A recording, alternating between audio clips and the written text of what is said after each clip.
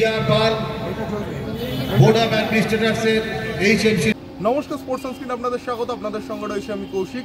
সামনেই 29শে জুলাই, তার মাঝে একটা দিন।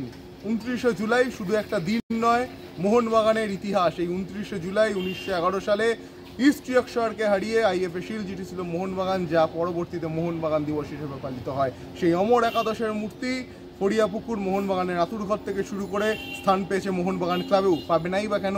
তারাই যে এই মোহনবাগান ক্লাবের আসল রূপকার।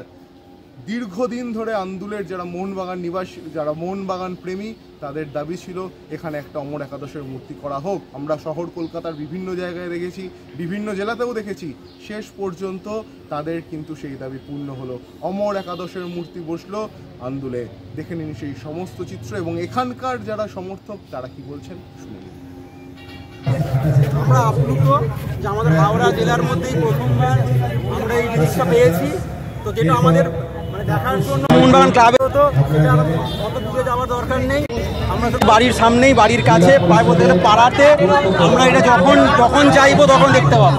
এটা আমাদের 29শে জুলাই মোহনবাগানের কাছে ঐতিহ্যের একটা দিন, স্মরণীয় একটা দিন। জায়গায় আন্দোলনের বুকে প্রথমবার বলছে সদস্য সমর্থক হিসেবে লাভকর্তারাও আপনাদের পাশে এসে দাঁড়িয়েছে।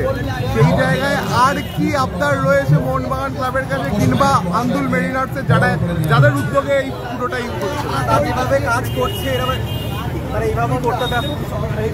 এই জিনিসটা আমাদের উপহার দেয়, আমাদের কাছে বিরাট বড় প্রাপ্তি।